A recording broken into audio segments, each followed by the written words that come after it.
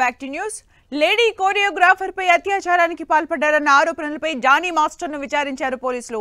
ఇప్పటికే ఆయన్ను గోవా నుంచి హైదరాబాద్ తీసుకొచ్చిన పోలీసులు రహస్య ప్రదేశంలో విచారించారు. నగర శివార్లోని ఓ ఫామ్ హౌస్ లో కూపిలాగారు. విచారణ ముగియడంతో జానీ మాస్టర్ ను ఉప్పర్పల్లి కోర్టులో హాజరుపరచనున్నారు. జానీ మాస్టర్ ను మరింత సమయం విచారించేందుకు పోలీసులు కస్టడీ పిటిషన్ కూడా దాఖలు చేసే అవకాశం ఉంది.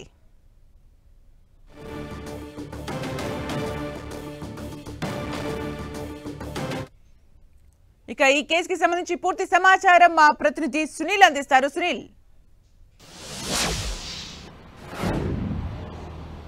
తెలుగు చలనచిత్ర పరిశ్రమలో తీవ్ర దుమారం రేపుతున్నటువంటి జానీ బాషా అలియాస్ జానీ మాస్టర్ కేసులో పోలీసులు దర్యాప్తు ముమ్మరం చేశారు. నిన్న జానీ మాస్టర్ని అటు గోవాలో అరెస్ట్ చేసినటువంటి పోలీసులు పీటీ వారెంట్ ద్వారా ప్రస్తుతం అతన్ని హైదరాబాద్ తరలించారు. మరి కాసేపట్లోనే జానీ బాషాను ఉప్పర్పల్లి కోర్టులో పోలీసులు ప్రొడ్యూస్ చేసే అవకాశం ఉంది. కోర్టులో ప్రొడ్యూస్ చేసిన తర్వాత జానీ బాషాని మరి అటు కస్టడీ కూడా కోరే అవకాశం ఉంది.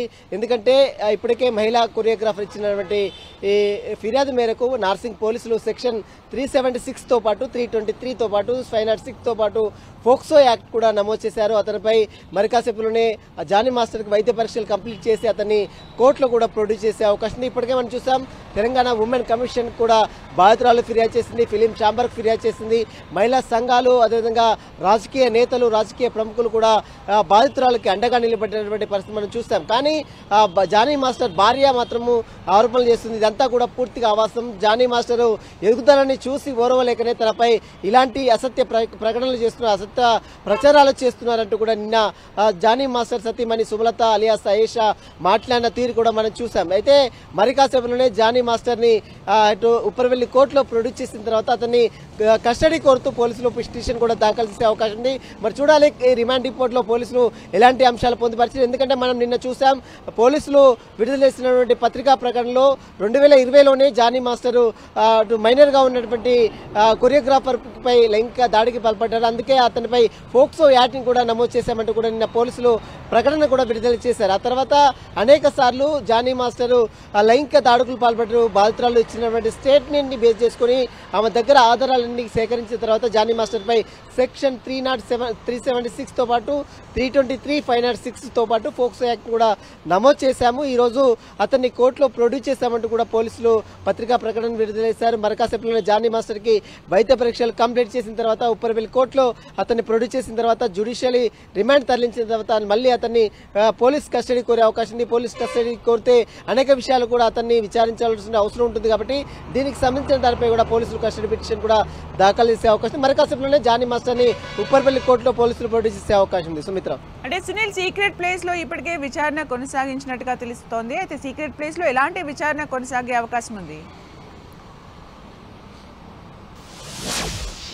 ప్రస్తుతం జానీ మాస్టర్ని నిన్న గోవాలో అరెస్ట్ చేసి ట్రాన్సిట్ వారెంట్ ద్వారా హైదరాబాద్ తరలించారు. అతన్ని పోలీస్ స్టేషన్లో కాకుండా ఒక సీక్రెట్ ప్లేస్లో అతని ఉంచి అతని యొక్క స్టేట్మెంట్, ఎందుకంటే కోర్టులో రిమాండ్ రిపోర్ట్లో అతన్ని పొందుపరచాలి కాబట్టి అతని స్టేట్మెంట్ కూడా రికార్డ్ చేయాల్సినటువంటి అవసరం ఉంటుంది. కాబట్టి ఒక సీక్రెట్ ప్లేస్లో అతన్ని విచారించి అతని స్టేట్మెంట్ కూడా పోలీసులు నమోదు చేశారు. ప్రస్తుతం అతన్ని వైద్య పరీక్షలు కంప్లీట్ చేసిన తర్వాత డైరెక్ట్గా ఉప్పర్వెల్లి కోర్టులో ప్రొడ్యూస్ చేసే ఉంది. ఎందుకంటే ఫోక్సో యాక్ట్ కూడా నమోదు చేశారు. ఎందుకంటే మైనర్ బాలిక ఉన్నటువంటి సమయంలోనే అతను లైంగిక దాడికి పాల్పడ్డారు కాబట్టి ఫోక్సో యాక్ట్ని కూడా అందులో ఇన్వాల్వ్మెంట్ చేశారు. కాబట్టి మరి చూడాలి, ఫోక్సో యాక్ట్లో 20 ఏళ్ల పాటు జైలు శిక్ష ఉంటుంది. అదేవిధంగా 376లో దాదాపు 10 ఏళ్ల పాటు జైలు శిక్ష ఉంటుంది.